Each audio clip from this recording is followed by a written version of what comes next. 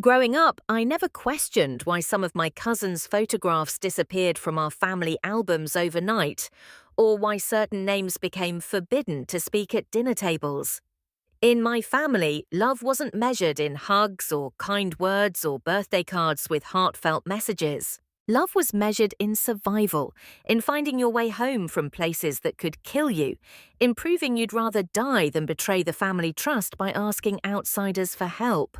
I was 16 when I finally understood the true horror of what we called our family's love language, and by then I'd already survived 3 tests of my own. My name is Rebecca, though everyone called me Becca, and this is the story of how I discovered that what my family did to their children wasn't love at all, but a generational curse disguised as tradition, passed down from parent to child like a poisoned inheritance. It's the story of how I tried to save my 8-year-old cousin, Grace, from the same fate that had claimed so many before her, and how my father, a man I'd spent my whole life trying to please, turned our entire family against me, using lies and manipulation that ran deeper than I ever imagined. The tradition, as my family called it, was elegantly simple in its cruelty. When a child reached a certain age, usually between 7 and 10 years old, they would be taken from their beds in the middle of the night, drugged just enough to make them drowsy but not unconscious,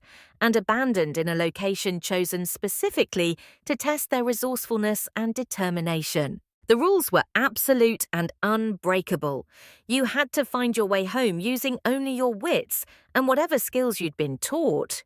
You couldn't ask anyone for help, especially not the police or any authority figures. If you called for help, if you revealed the family secret to outsiders, you were no longer considered part of the family. Your photos would be burned, your name would be erased, and you would cease to exist in the eyes of everyone who had once claimed to love you. I remember watching my older brother, Matthew, complete his first test when he was 8 and I was only 6. I'd woken up to find his bed empty, his favourite stuffed elephant still warm from where he'd been clutching it in his sleep.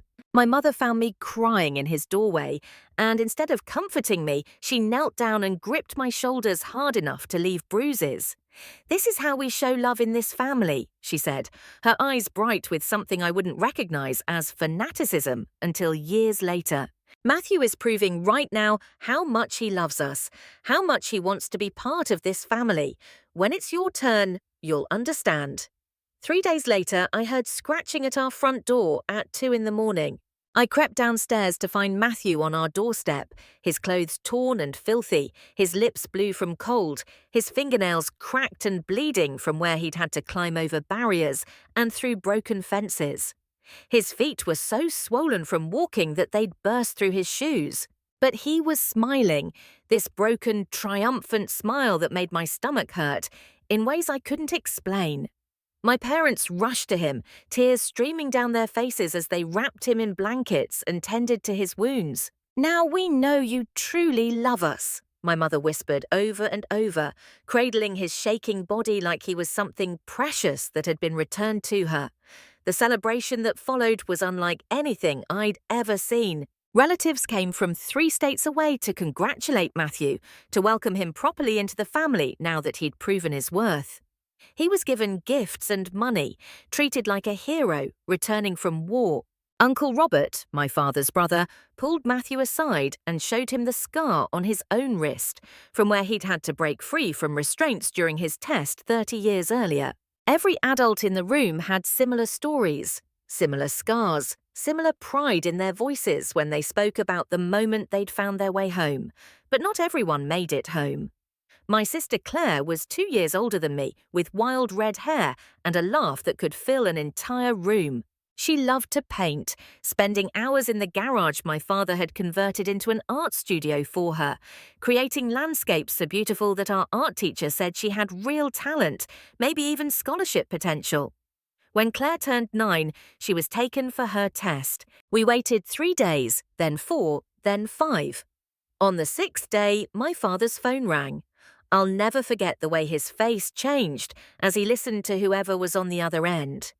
Claire had been found by a jogger in Riverside Park, unconscious and hypothermic. She'd made the fatal mistake of accepting help from a concerned stranger who'd called 911. The morning after that phone call, my mother went into Claire's room with a box of matches. I watched from the hallway as she systematically burned every photograph of my sister, the smoke alarm shrieking as years of memories turned to ash. Claire's paintings were taken down from the walls, her art supplies donated to charity, her bedroom furniture sold to strangers. Within a week, it was as if she had never existed. When I asked where Claire had gone, my mother slapped me hard enough to knock out a baby tooth. "We don't have anyone by that name in this family," she said coldly, "and if you're smart, you'll remember that." I learned later, through careful eavesdropping and stolen glimpses at my father's hidden documents, that Claire had been placed in foster care. The family had connections, people who ensured that cases of child endangerment were buried, files were lost, investigations were dropped. Claire tried to tell the authorities what had happened to her, but who would believe such an outlandish story?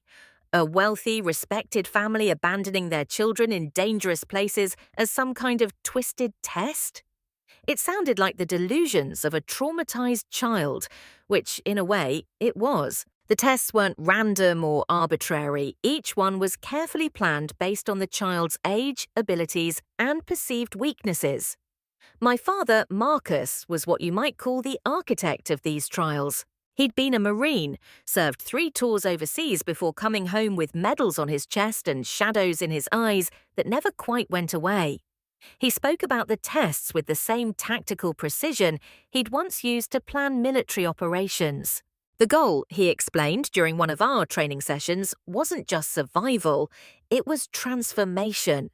Every child who returned home was fundamentally changed, made stronger, more capable, more loyal to the family that had put them through hell and welcomed them back with open arms. My training started when I was 7, though I didn't realize that's what it was at the time. My father would take me on camping trips that were really survival exercises in disguise. He taught me to read the stars for navigation, to identify edible plants, to build fires without matches, to treat wounds with whatever was available. My mother contributed her own lessons, showing me how to pick locks with bobby pins, how to hotwire cars, though she called it emergency vehicle operation, how to lie convincingly to authority figures. Every skill was presented as a game, a fun activity to do with mommy and daddy, but I see now they were preparing me to survive abandonment. My Uncle Robert had twin daughters, Sophia and Olivia, who were 6 months younger than me. We grew up together, more like sisters than cousins, sharing everything from toys to secrets to dreams about what we wanted to be when we grew up. Sophia was the brave one, always climbing higher in trees, always volunteering to go first on roller coasters. Olivia was quieter, preferring books to adventure, but she had a memory like a steel trap and could recall every detail of every story she'd ever heard. When they turned 8, they were taken together, which was unusual. The family typically tested children individually, but Uncle Robert had argued that twins shared a special bond that should be honoured. They were gone for a week, when only Sophia returned, dragging herself up our grandmother's driveway with both knees scraped raw and her left arm clearly broken. The silence was deafening. She wouldn't speak for days, just sat in the corner of whatever room the adults put her in, staring at nothing. When she finally told her story, it came out in broken whispers. They'd been left in the ruins of an old factory on the outskirts of Columbus, 50 miles from home. The building was unstable, full of broken glass and rusted metal. Olivia had fallen through a weak spot in the floor on their second day, dropping 20 feet into a flooded basement. Sophia had tried to get her out, had spent 3 days trying to find rope or ladder or anything that might help, but Olivia's leg was badly broken and the water was rising. On the 4th day, with Olivia delirious from pain and infection setting in, she'd begged Sophia to go get help, but Sophia knew the rules. Instead, she'd held her sister's hand as the water rose higher, singing the lullabies their mother used to sing, until Olivia's fingers went slack in hers. Then she'd left her twin behind and found her way home alone, because that's what the family expected. That's what love looked like in our twisted world. The family held a celebration for Sophia's return, praising her strength and dedication. No one mentioned Olivia again. Her body was never recovered. The factory demolished a month later in what the news called a routine urban renewal project. Uncle Robert framed Sophia's medical report from her return, hanging it in his study next to his own survival certificate, like a trophy. But I saw the way Sophia flinched whenever someone called her brave, saw the way she'd stare at empty chairs as if waiting for her sister to appear. It was around this time that I met Mrs. Patricia Henley, my 7th grade geography teacher. She was new to our school district, a soft-spoken woman in her 50s with silver-streaked hair and kind eyes behind wire-rimmed glasses. I didn't think much of her at first, just another teacher in a long line of adults who existed on the periphery of my real life, but Mrs. Henley had a way of seeing things others missed. She noticed when students came to class with injuries they couldn't quite explain, when their stories didn't add up, when fear flickered in their eyes at unexpected moments. One day after class, she asked me to stay behind to discuss a project about family traditions around the world. While organising papers on her desk, she mentioned casually that she'd had a student once who told her about a family that tested their children in dangerous ways. She said it had taken her a long time to convince the student that such practices weren't normal, weren't how healthy families showed love. My heart nearly stopped. I must have shown my panic because she quickly added that the student was doing well now, living a happy life far from their family. His name was Thomas, she said, watching my reaction carefully. He said if I ever met other students from similar families, I should let them know they weren't alone. Thomas, my cousin Thomas, who'd disappeared when I was 4, whose name had been forbidden for so long I'd almost forgotten he existed. He'd made it out, found a way to break free from the family's grip. The knowledge sat in my chest like a small flame, dangerous but warming. Mrs. Henley never pushed me to talk, never threatened to call Child Protective Services or the police. Instead, she created opportunities for me to learn. She'd leave her desk drawer slightly open during our after-school sessions, just enough that I could see the carefully arranged articles about child endangerment, survivor testimonies, printouts of state laws regarding child abuse and neglect. There were business cards for anonymous helplines, therapists who specialized in trauma, lawyers who worked pro bono for endangered children. I would photograph these materials with an old flip phone I'd found and repaired, memorizing every detail before deleting the images. The information was overwhelming. Every article about children hospitalized after family abuse, every testimony from survivors of cultic family practices, every legal definition of child endangerment felt like it was written specifically about my family. But it also gave me something I'd never had before. Context.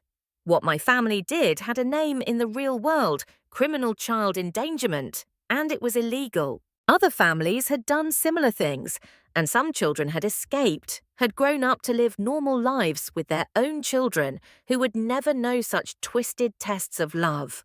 I began my own quiet rebellion. During family gatherings, I'd volunteer to watch the younger cousins in the basement playroom.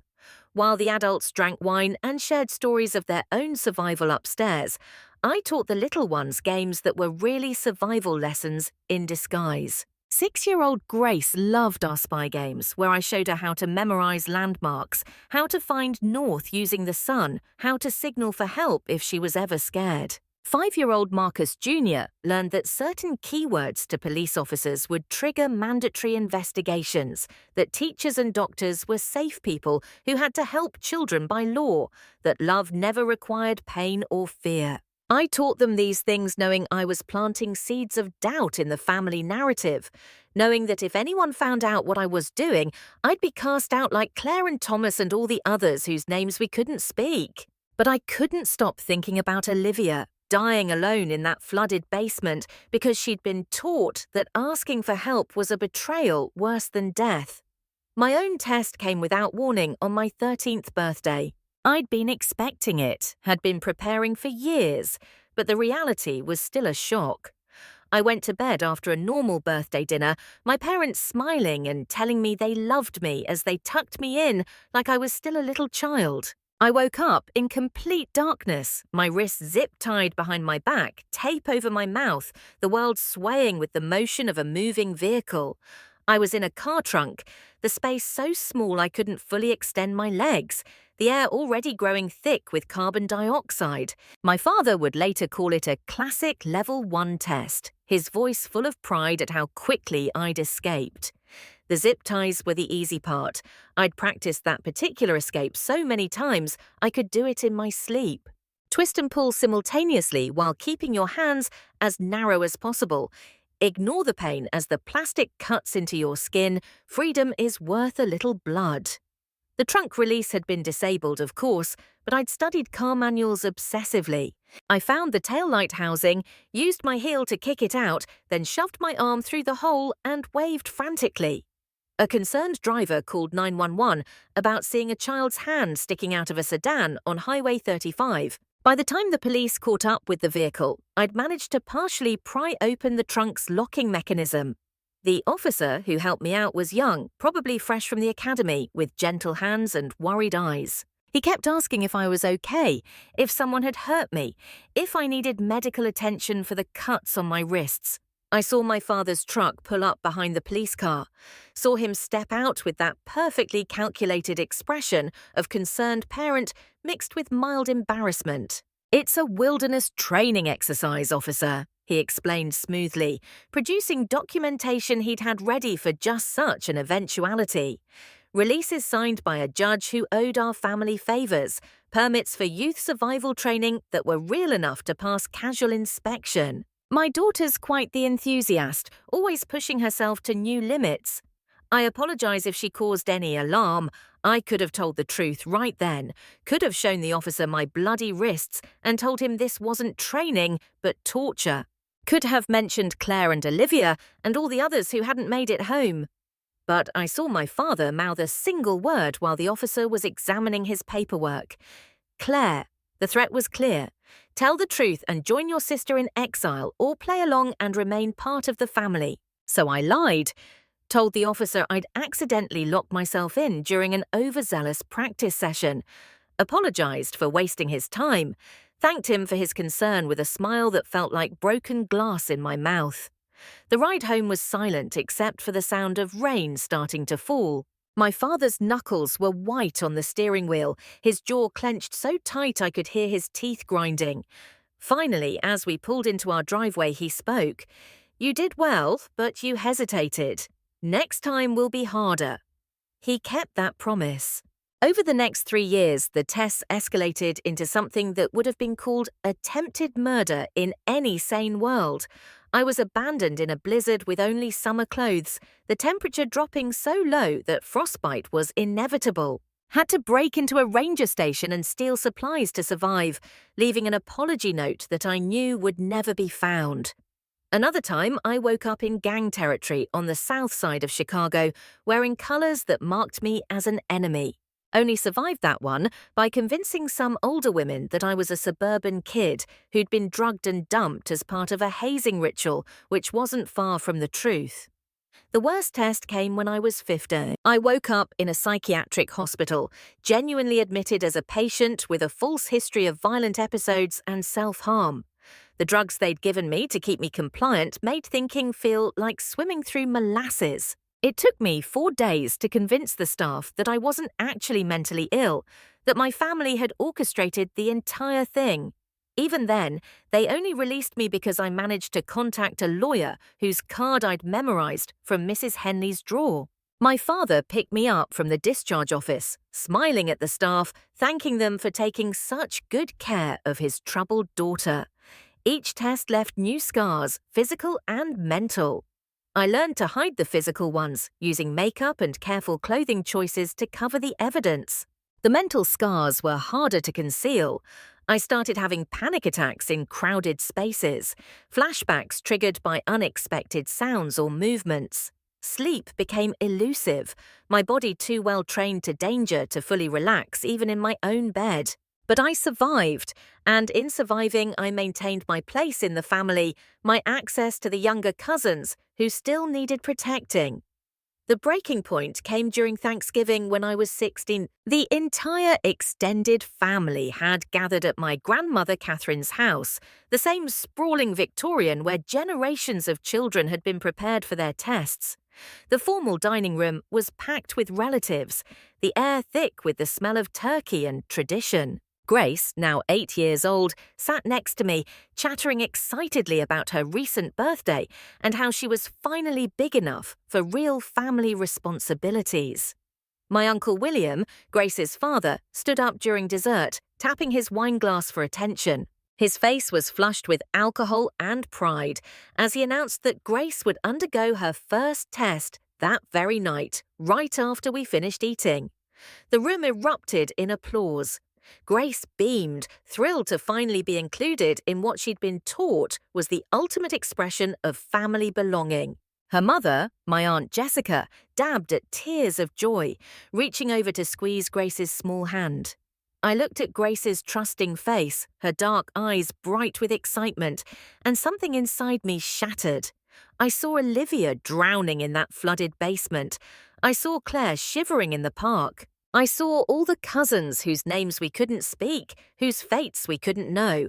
I saw myself zip-tied in a trunk, choosing family loyalty over my own safety. And I knew I couldn't let it happen again. While the adults toasted Grace's upcoming trial, I slipped my old flip phone into her pocket. I'd prepared for this moment, though I'd prayed it would never come. On the phone was a video file, 23 minutes of testimony I'd recorded over the past year. It showed my scars, documented my injuries after each test. It included newspaper clippings I'd found about children who died in similar circumstances, other families who'd been prosecuted for their traditions. Most importantly, it contained clear instructions for what Grace should do when she woke up in whatever dangerous place they abandoned her. I leaned close to Grace as the celebration continued around us, pretending to fix her hair while I whispered urgently in her ear. When you wake up somewhere scary, you call 911 immediately. Don't wait. Don't try to be brave. Don't worry about the family. You tell them exactly these words. My family abandoned me here against my will. I am 8 years old and I am in danger. Please help me. They drugged me and left me here. You say it just like that, okay? Promise me, Grace. She looked confused but nodded solemnly, trusting me the way she'd trusted me during all our spy games in the basement. I wanted to grab her and run, to take her somewhere safe where the family could never find us. But I knew that wouldn't work. It had to be Grace who made the call, Grace who chose safety over tradition. Otherwise, the family would find a way to bring her back and the tests would continue. They drugged her hot chocolate an hour later. I watched Grace's eyes grow heavy, saw her slump against her mother's shoulder. Uncle William scooped her up tenderly, carrying her to the van they'd prepared. Other family members gathered supplies, double-checking coordinates, making sure everything was ready for her abandonment. I locked myself in this bathroom and vomited until there was nothing left, my body rejecting the horror of what I was allowing to happen. The next 4 days were the longest of my life. I stayed home from school, claiming stomach flu, unable to eat or sleep as I waited for news. Every time the phone rang, I expected to hear that Grace had been found by authorities, that she'd followed my instructions and chosen survival over family loyalty. Instead, on the 4th night, I heard car doors slamming in our driveway. I ran to the window to see Uncle William carrying Grace's limp form toward the house. She was alive, but barely. Hypothermic, delirious, her lips blue and her breathing shallow. She'd spent 4 days in the woods during an unexpected cold snap, had eaten bark and drank puddle water rather than call for help. My instructions, my careful plans, my desperate attempt to save her, all of it had failed because Grace was stronger than I'd realized, more indoctrinated than I'd understood. She'd chosen family over survival, tradition over safety, just like all of us had been taught. My parents and other relatives rushed to help, wrapping Grace in blankets, calling our family doctor who made house calls and didn't ask questions. They praised her strength, her loyalty, her love for the family. Grace smiled weakly through her delirium, proud of herself even as her body shut down from exposure and malnutrition. That's when my phone buzzed with a text from an unknown number. "We have your recordings." My blood turned to ice. The area code was local, the message brief but clear. Someone had found the phone, had seen the video, had evidence of everything I'd documented. I thought immediately of the police, FBI, someone in law enforcement, who had finally put an end to our family's traditions. But as I slipped out of the house and drove to the address they'd sent, I realized how naive that hope was. The warehouse sat on the outskirts of town in an industrial district that had seen better days. Empty lots and abandoned buildings stretched in every direction, the kind of place where screams would go unheard. I parked between two rusted shipping containers, my hands trembling as I checked the address again. This was definitely the place. The main door hung slightly open, darkness visible beyond. Every instinct told me to run, but the thought of that video in the wrong hands, of Grace suffering for nothing, drove me forward. Inside, my phone's flashlight cut through dusty air, thick with the smell of motor oil and decay. Concrete floors littered with debris stretched toward distant walls. Water dripped somewhere in the darkness, the sound echoing in the vast space. Then I saw her. Mrs. Henley stood in a pool of light from a battery-powered lantern, but she wasn't alone. Behind her stood a semicircle of adults, their faces partially obscured by shadow. As my eyes adjusted, details emerged that made my breath catch. Scars on wrists, the same kind my father bore. A woman with a slight limp that suggested old injuries. A man whose hand was missing 2 fingers, Mrs. Henley held up a tablet showing security footage from the hospital where Grace had been taken. The timestamp showed it was from just hours ago, her small body on a gurney, machines monitoring her vital signs, her parents hovering anxiously. "We've been monitoring your family for years, Mrs. Henley said, her teacher's voice steady but urgent. She showed me the underside of the tablet where a small device was attached, GPS tracker on your car. We needed to know when you were ready to break free. The other adults stepped forward slightly, and I recognized some of them. The grocery store clerk who always asked how school was going. The librarian who left certain books prominently displayed whenever I visited. The mail carrier who lingered at our door, making small talk with whoever answered. All of them survivors, all of them bearing the scars of their own family traditions, all of them working quietly to identify and help children like me. You're all survivors, I breathed, the realization hitting me like a physical blow, from families like mine. Mrs. Henley nodded, but her expression shifted to alarm as headlights suddenly swept across the broken windows. The rumble of multiple engines grew closer. Too many vehicles for this abandoned place at this hour. "Hide," she commanded, all traces of the gentle teacher gone. "Now, move." The survivors scattered with practiced efficiency, disappearing into shadows and behind equipment.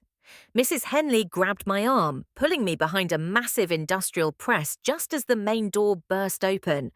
My father entered first, flanked by Uncle William and Uncle Robert. Behind them came other male relatives, all armed, all moving with military precision.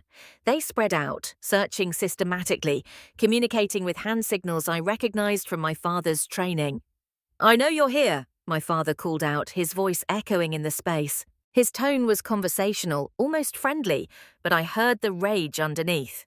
My ungrateful daughter and her little band of failures. "Did you really think we didn't know about your meetings, about your pathetic support group for the week?" One of the searching men suddenly yanked the librarian from her hiding spot behind some crates. She fought silently, but he was bigger, stronger, trained. My father approached her slowly, studying her face in the dim light. "Martha Chen," he said with satisfaction.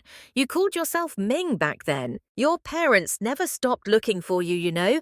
30 years of wondering if their daughter was dead or just selfish." The librarian, Martha, spit in his face. My father didn't flinch, just wiped it away calmly before nodding to the man holding her. The crack of her arm breaking echoed through the warehouse. Her scream was cut short by a hand over her mouth, but the sound had done its job. Other survivors broke cover trying to help, only to be caught by waiting family members. It had been a trap all along Mrs. Kai. Henley's hand covered my mouth as I tried to cry out. She held me in place with surprising strength, her lips by my ear. If they take you now, it's over. Everything we've worked for, all the evidence we've gathered, you're our only chance. Stay hidden. But watching my father orchestrate the capture of people who'd only tried to help, I couldn't stay still. I broke free from Mrs. Henley and stepped into the light. The warehouse fell silent except for the breathing of the injured. My father turned to me with an expression of profound disappointment. "There she is," he said softly. "My daughter, my biggest failure. Do you know what you've cost us?" he asked, gesturing to the captured survivors. Years of tradition, centuries of strength, all threatened by one weak little girl who couldn't understand that love requires sacrifice. "That's not love," I said, surprised by how steady my voice sounded. "It's abuse, it's torture, it's killing children and calling it tradition. Claire loved you. Olivia loved Sophia.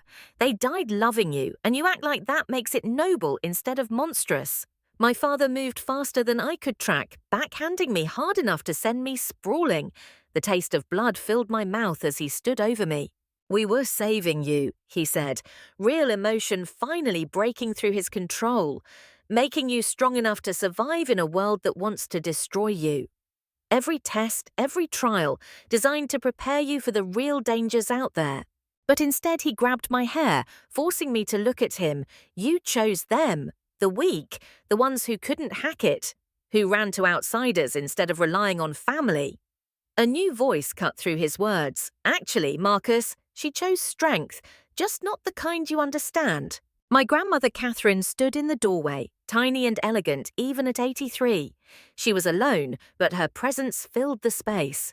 The men holding the survivors looked uncertain, torn between their training and their respect for the family matriarch. My father released me, turning to face his mother. "You should be at home," he said carefully. "This doesn't concern you." My grandmother laughed, the sound sharp as winter wind. "Everything concerning this family concerns me. I've been silent too long, watching my children and grandchildren destroy themselves in the name of love. No more." She pulled something from her purse. Even in the dim light, I could see it was old, yellowed with age, a photograph. "Do you know who this is?" she asked, holding it up. A young boy smiled from the image, gap-toothed and bright-eyed. My father shook his head, but I saw recognition dawn in Uncle Robert's eyes. "That's Uncle Christopher," Robert whispered. "Your brother, Mum." "The first one who didn't come home." My grandmother nodded, tears tracking down her weathered face.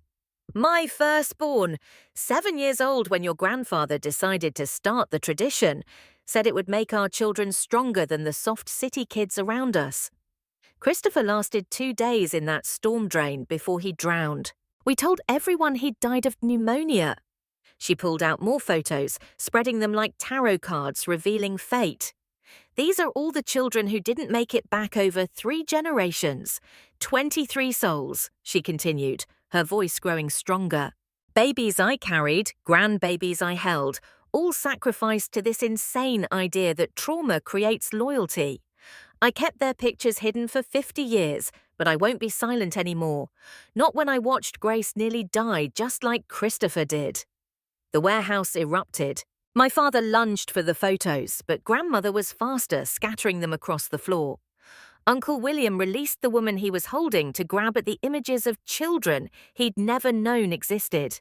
In the chaos, Mrs. Henley pulled me toward a side exit, but I couldn't leave. Not yet. Because I'd seen something the others hadn't. The small digital recorder in my grandmother's other hand, its red light blinking steadily. She'd recorded everything. My father's confession, the assault on the survivors, the admission of decades of child endangerment. As the family scrambled to collect the scattered photos, grandmother met my eyes and nodded toward the door. "Go," she mouthed. "I'll handle this." The next hours blurred together in a haze of sirens and flashing lights. Mrs. Henley had backup plans for her backup plans. The moment we were clear of the warehouse, she'd called contacts in law enforcement, ones who'd been building a case against my family for years, but lacked the evidence to act. My grandmother's recording, combined with the testimony of multiple survivors and my documented injuries, created an avalanche of legal action that no amount of family connections could stop. By dawn, search warrants were being executed across 3 counties. Police found training manuals my father had written, detailed plans for future tests, medical records from complicit doctors who'd treated injured children without reporting. They found the basement room in my grandmother's house where children were held before their tests, complete with restraints and surveillance equipment. Most damning, they found journals kept by multiple family members documenting every test across generations, with the kind of detail that spoke to pride rather than shame. The trials became national news. Wealthy family-ran generational child torture ring, the headline screamed. Survivors speak out against decades of abuse. My father was charged with multiple counts of child endangerment, assault, kidnapping, and conspiracy. He sat through the proceedings with military bearing, occasionally taking notes as if planning a counter-offensive that would never come. The prosecutor, a woman named Sarah Winters who had left corporate law specifically to handle cases like ours, presented the evidence with surgical precision. She showed the jury photos of children's injuries, played recordings of parents planning abandonment locations, presented expert testimony on the psychological damage of such sustained trauma.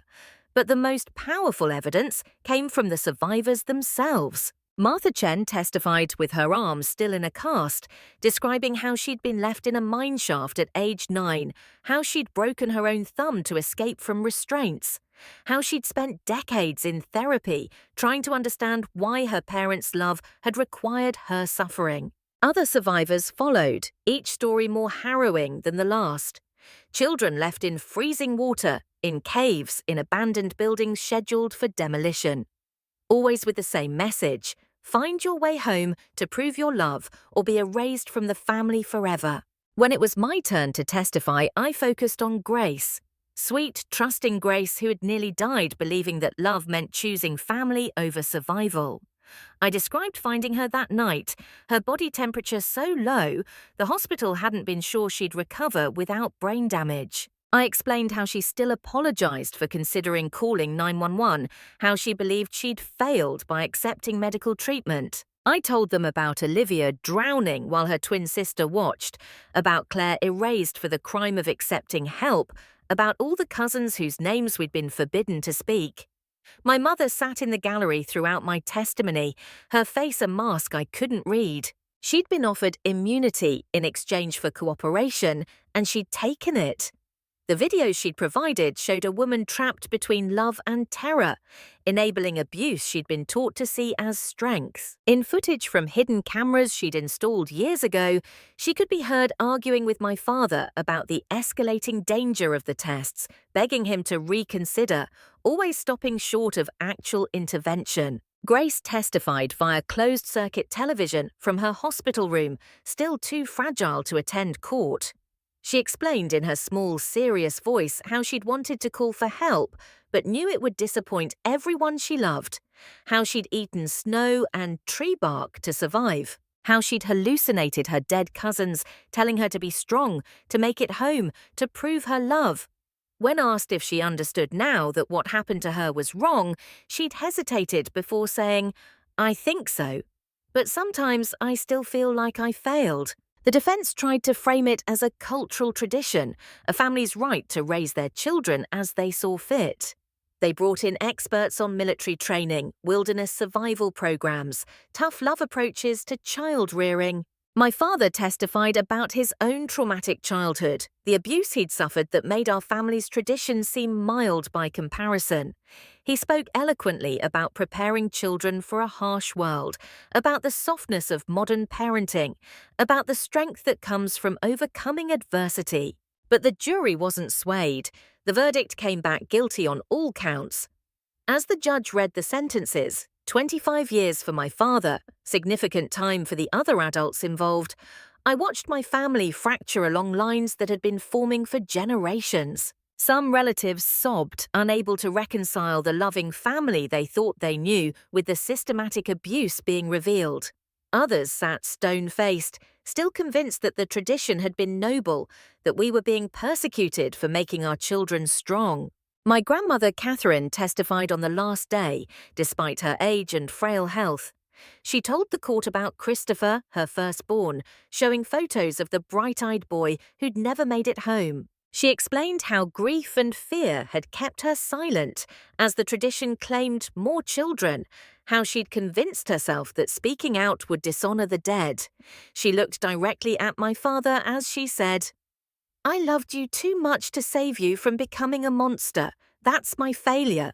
But these children deserve better than our twisted love.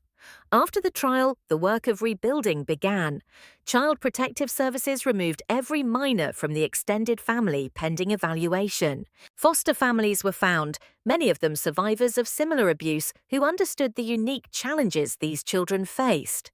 Grace went to live with a couple who specialized in trauma recovery, former therapists who'd adopted several children from abusive situations. She struggled at first, convinced she was betraying her parents by accepting help, but slowly began to understand that real love didn't require suffering. The younger cousins I'd tried to protect were placed in therapeutic foster care. 5-year-old Marcus Jr. had nightmares about future tests he'd never have to face, while 6-year-old Elena asked constantly when she'd be old enough to prove her love properly. It took months of patient explanation for them to understand that they already were loved, that they didn't need to earn it through pain. My brother Matthew surprised everyone by testifying for the prosecution. He'd been the golden child, the one who'd completed every test with flying colours, who'd been held up as an example of family loyalty. But on the stand, he broke down completely, describing the PTSD that had haunted him for years, the nightmares of being abandoned again, the way he'd never been able to form healthy relationships because he'd been taught that love meant surviving betrayal. He entered intensive therapy after the trial, trying to unlearn a lifetime of toxic conditioning. I was 17, almost aged out of the system, when Sarah Winters, the prosecutor, offered me an unexpected placement. Her sister Helen had been following the case, she explained. Helen lived 2 towns over and had a spare room. More importantly, Helen understood what it was like to rebuild a life after family trauma. She'd escaped her own abusive situation years ago and now worked as a paralegal, helping other survivors navigate the legal system. Living with Helen was like learning a new language. She had house rules, but they were things like everyone helps with dishes and no phones at dinner, not survival tests disguised as character building. She kept her promises. When she said she'd pick me up after school, she was there. When she said we'd have pizza for dinner, we had pizza. The consistency was more disorienting than any test I'd faced. Helen connected me with other survivors who'd become my chosen family. There was Anthony, who'd escaped a family that practiced ritualistic punishment as purification. Maria, whose parents had belonged to a group that believed children needed to experience near death to appreciate life. David, who still couldn't sleep without checking all the exits first. We met weekly in the basement of a community centre, sharing stories and strategies, slowly learning what normal looked like. Mrs. Henley returned to teaching, but she also formalised the network she'd been building for years. What had been a loose connection of survivors watching for at-risk children became a registered non-profit. Safe Harbour, they called it, dedicated to identifying and helping children in abusive family systems that masqueraded as tradition or training. They developed materials for teachers, doctors, and social workers, warning signs disguised as normal concern that could slip past the radar of those conditioned to hide. I threw myself into the work, needing purpose as much as healing. I helped design intake procedures for children who'd been taught to lie to authorities, developed trust-building exercises that didn't feel like tests. We created a buddy system pairing new escapees with those who'd been free longer, understanding that someone who'd been through it was more believable than any therapist who'd only studied it. 2 years after the trial, I stood in a park watching Grace play on swings with other children from her therapy group. She'd grown taller, her face filling out from regular meals and peaceful sleep. She still had what her therapist called hypervigilance, always noting exits and potential dangers, but she laughed more each month. Her foster parents sat on a nearby bench, close enough to provide security, but far enough to let her be a child. Sarah pushed Lily's daughter on the swing next to Grace. Sarah, Claire, who'd been erased from our family for accepting help, had found her way back to us through the trial coverage. She'd aged a lifetime in the years since her abandonment, but she'd also built something beautiful. A career as a counsellor, a marriage to someone who understood her past without defining her by it, a daughter who would never know the terror of proving her love through survival. We gathered in that park every Sunday, the erased children and the ones we'd helped save. Not a traditional family, but something stronger. Love proved through presence, not tests, through showing up consistently, keeping promises, teaching joy instead of just endurance. Some of the older survivors brought their own children, kids who climbed trees for fun instead of escape practice, who knew that getting lost meant calling for help, not risking death to find your way home. My father served 3 years before being transferred to a minimum security facility that specialized in veteran rehabilitation. He'd finally accepted therapy, his lawyer told us, was beginning to understand the generational trauma he'd perpetuated. He wrote letters to each of his children, taking responsibility, asking not for forgiveness, but for the chance to do better. I kept his letters unopened in a box under my bed, not ready to hear his words, but unable to throw them away. My mother completed her probation and moved across the country to Washington State. She sent birthday cards and holiday gifts, maintaining a tentative connection that felt more like distant relatives than parent and child. She was in therapy too, learning to parent the younger cousins who'd been returned to her custody after extensive evaluation. The court monitored them closely, but reports suggested she was doing better, breaking the cycle in her own quiet way. Uncle William never accepted that what he'd done was wrong. Even in prison, he maintained that the family tradition had been about love and strength, that society had gone soft, that his daughter had been robbed of the chance to prove herself. Grace's mother divorced him during the trial, taking full custody and working hard to undo the damage of those early years. She joined our Sunday gatherings sometimes, quiet and ashamed, but determined to do better. The warehouse where everything had unraveled was demolished, but Mrs. Henley bought the land. She turned it into a memorial garden, each tree planted for a child who hadn't made it home, not because they lacked love, but because they'd been failed by those who should have protected them.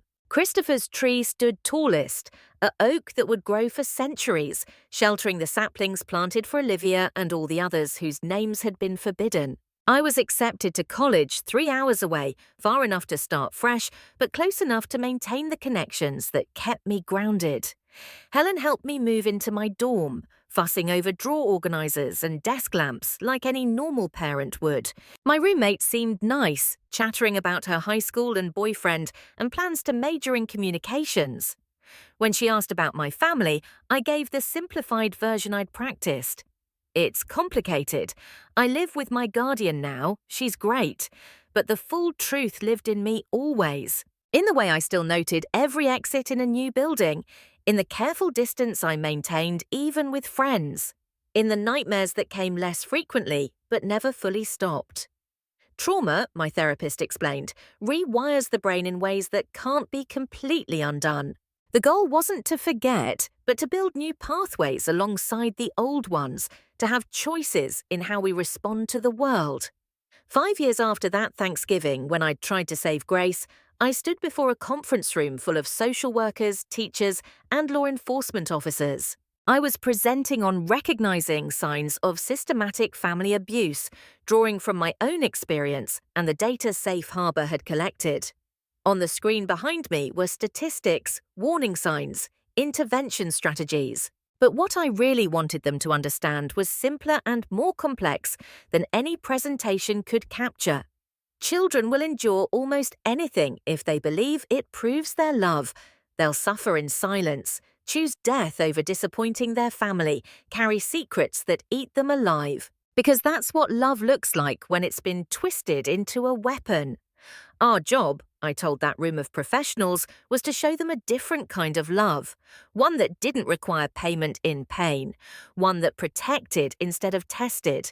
One that said, you are enough exactly as you are. After my presentation, a young teacher approached me hesitantly. She taught 5th grade, she said, and there was a student who concerned her. Unexplained injuries, stories that didn't quite add up, a flinch when adults moved too quickly. She didn't want to make accusations without cause, but something felt wrong. I gave her my card, connected her with Safe Harbor resources, and made a mental note to follow up. Because there would always be more children trapped in their family's twisted version of love, waiting for someone to show them they deserved better. My father was released after 5 years, time reduced for good behavior and participation in therapy programs. He moved to a halfway house in another state, sent a letter saying he understood if I never wanted contact, but that he was there if I ever wanted to talk. I wasn't ready for that conversation, might never be, but I kept the letter with the others. Proof that even the architects of abuse could change, even if their victims couldn't forget. My grandmother Catherine passed away peacefully in her sleep 6 months after my father's release. She'd spent her final years trying to make amends, funding therapy for all the cousins, supporting Safe Harbor's work, telling the truth about our family to anyone who would listen. Her will left everything to the survivors, with instructions to use it for healing. The old Victorian house where so many children had been prepared for abandonment was sold, the proceeds funding a treatment centre for childhood trauma survivors. At her funeral, survivors came from across the country. Martha Chen spoke about forgiveness, not for those who'd hurt us, but for ourselves, for surviving however we could. Grace, now 13 and thriving with her adoptive family, sang a song about resilience. My brother Matthew read a poem about breaking chains. We buried her next to Christopher, finally reunited with her firstborn, both free from the weight of family tradition. The reception afterward felt like a Safe Harbor meeting expanded to include 3 generations. Cousins I'd thought were lost forever had found their way back, drawn by news coverage or survivor networks or simple curiosity about the family they'd been erased from. We shared stories, contact information, tentative plans for staying connected, not as the family we'd been born into, but as the family we were choosing to become.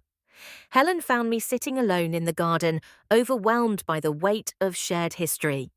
She didn't speak, just sat beside me on the worn bench where grandmother used to hold court. We watched children play, cousins who'd never know the fear of abandonment, who'd grow up believing love meant safety instead of survival. It wasn't a perfect ending, there was too much damage for that.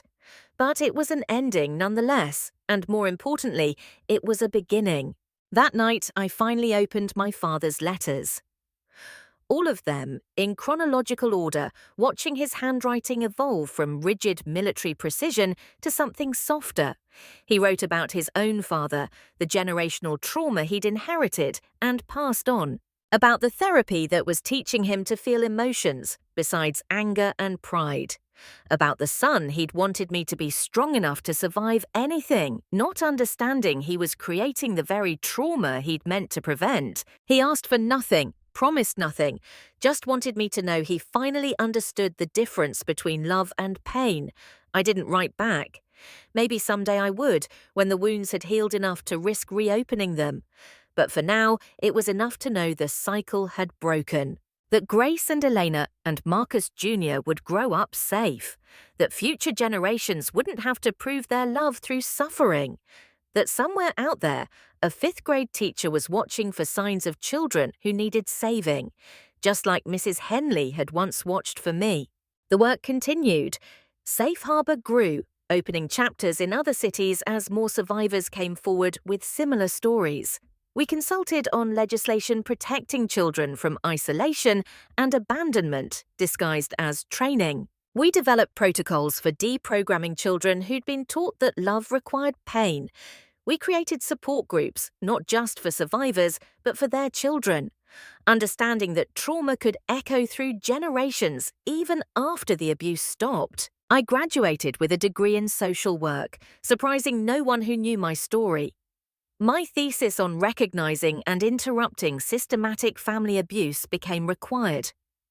Reading in several programs. But the real education came from the survivors I worked with, each one teaching me new ways families could twist love into weapon, new ways children could be failed by those meant to protect them, new ways healing could happen despite everything.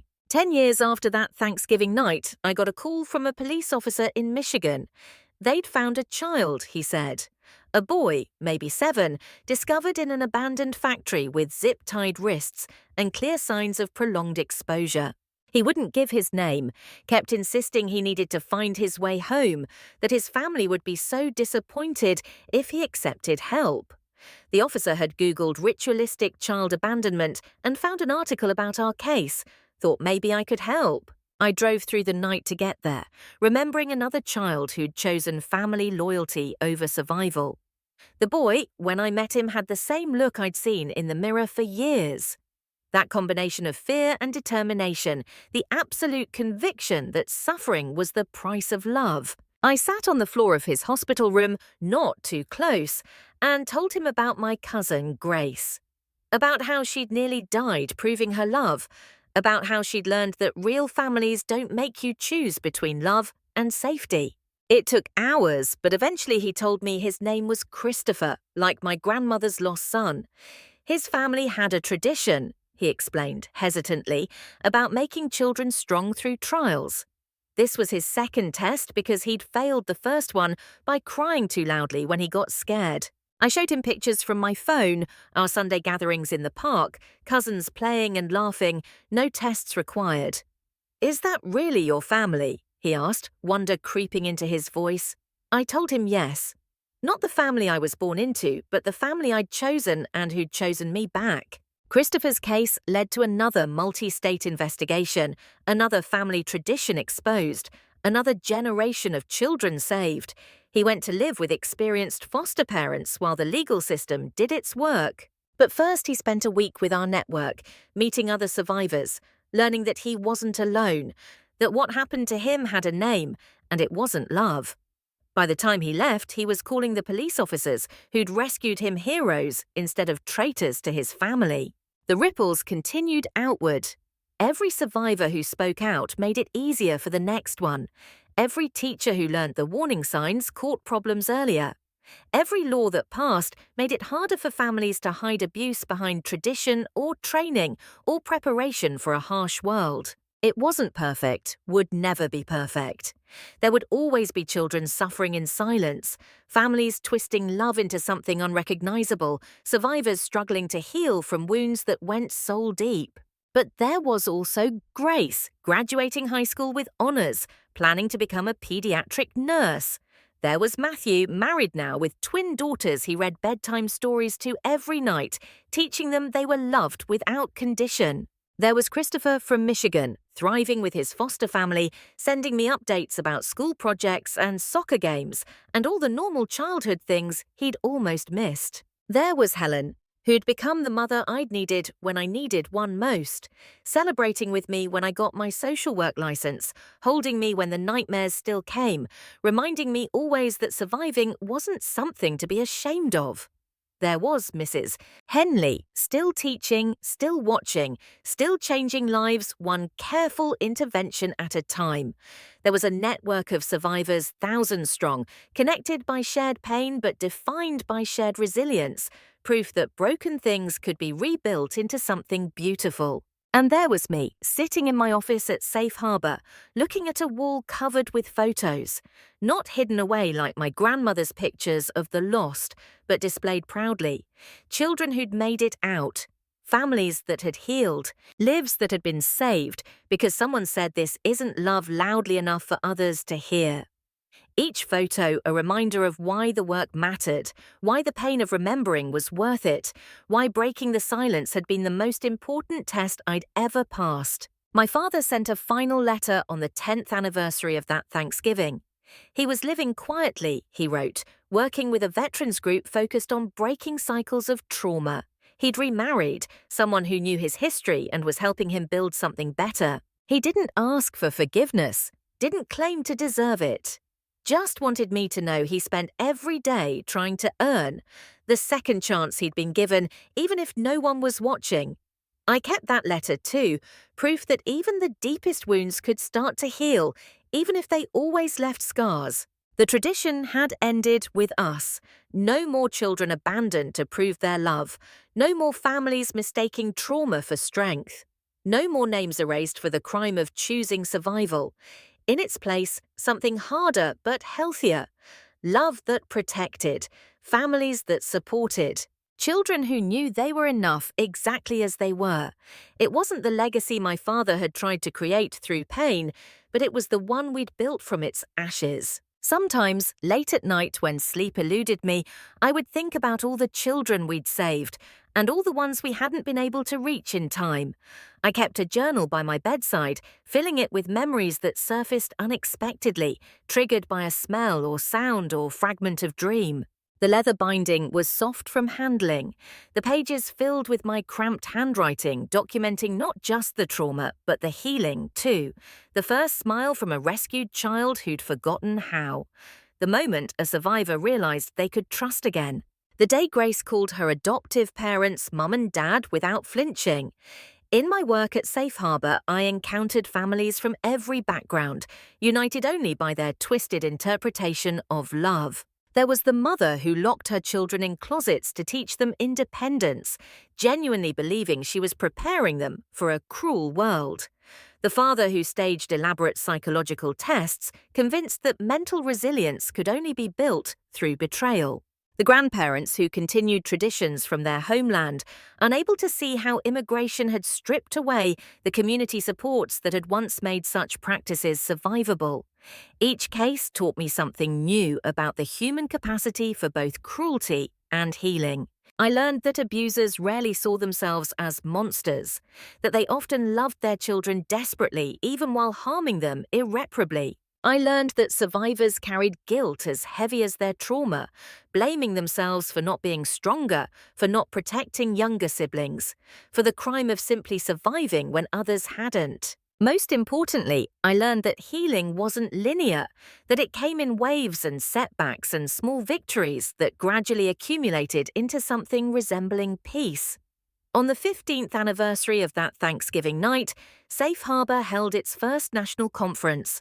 Survivors, social workers, law enforcement, teachers, and therapists gathered in a hotel ballroom that had been carefully chosen for its multiple exits and clear sightlines. We understood our audience's needs. Grace gave the keynote speech, standing tall and confident at the podium, a far cry from the 8-year-old who'd nearly died rather than disappoint her family. She spoke about her journey from victim to survivor to advocate, about the foster parents who'd shown her that love could be gentle, about her work in pediatric trauma care, where she helped children understand what she'd once struggled to believe, that they deserved safety and kindness without condition. My brother Matthew attended with his family, his twin daughters now 5 years old and fearless in the healthy way children should be. Watching them climb on playground equipment while he spotted them with careful attention, but not paranoia, I saw how thoroughly he'd broken the cycle. His wife understood our history, had her own trauma she'd overcome, and together they'd created a home where love meant presence and patience and the promise that no one would ever have to prove they belonged.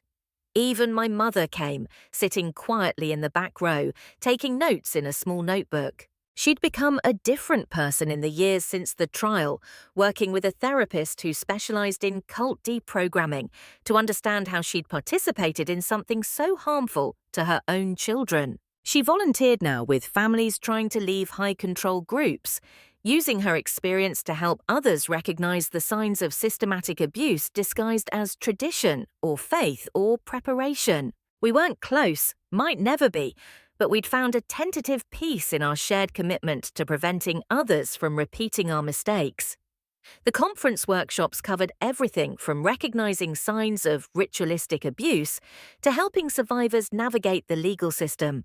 But the most powerful sessions were the survivor panels, where people who'd lived through family betrayal shared their stories with those still finding their way out. I moderated one panel with 5 survivors from different backgrounds, each describing a moment when they'd realized that what their family called love was actually abuse.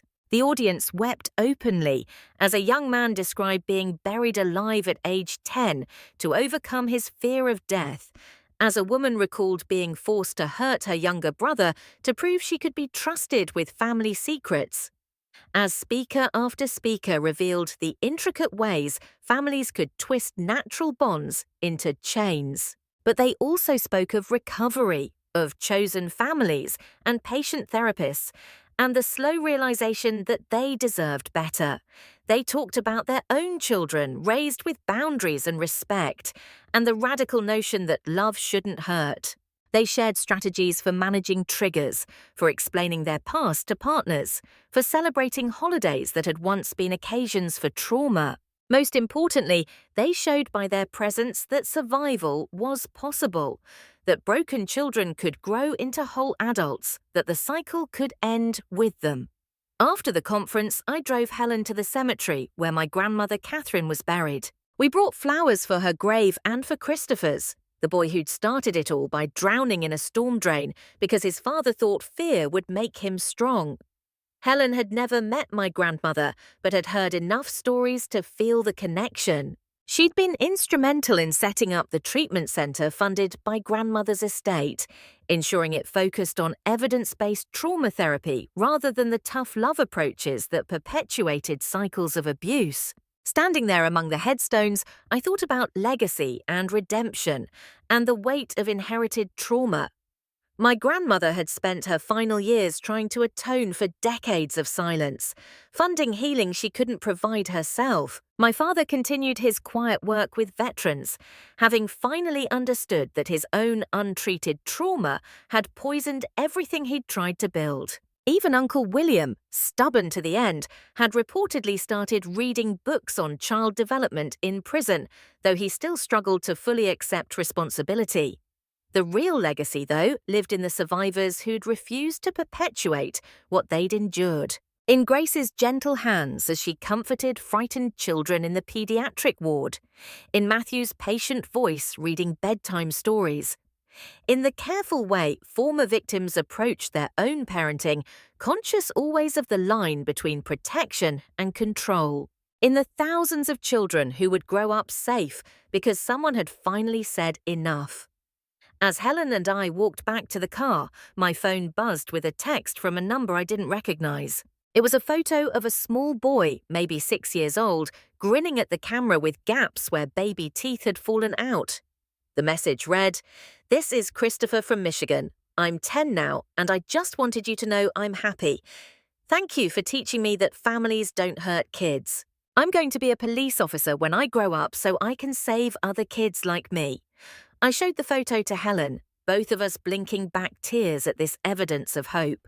This was why we did the work, why we kept fighting against traditions and cultures and families that confused suffering with strength, for Christopher's gap-toothed smile, for Grace's confident speeches, for Matthew's daughters who would never know the fear we'd lived with, for all the children who would grow up understanding that love meant safety, that family meant support, that home was where you healed instead of where you proved you could survive harm.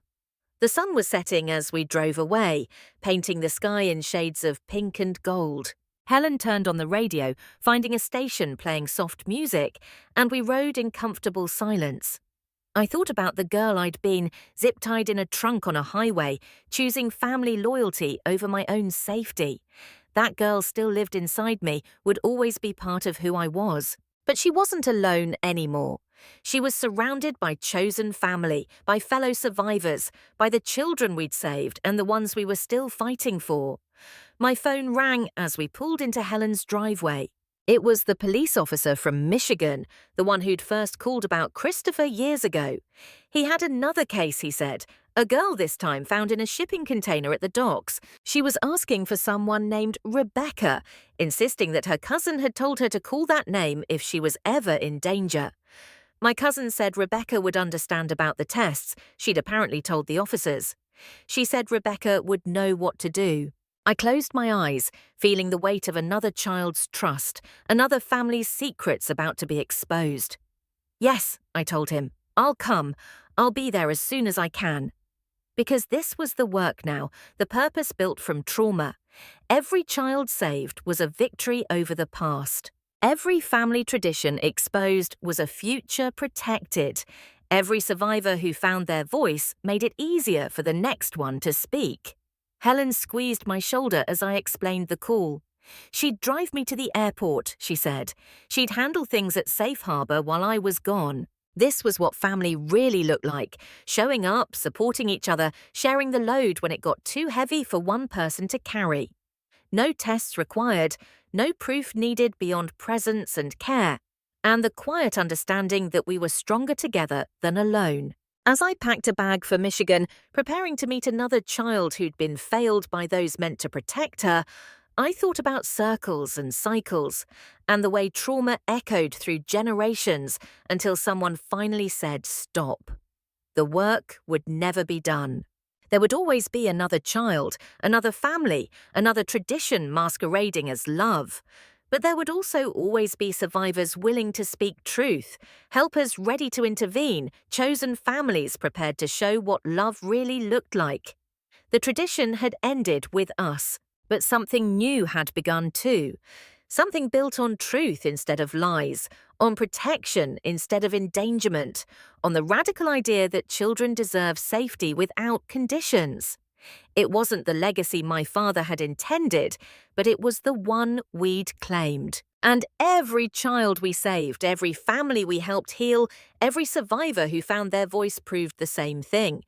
That love, real love, the kind that nurtured instead of tested, that held instead of abandoned, that chose healing over tradition, would always be stronger than trauma. That was the test that really mattered. And we'd finally passed.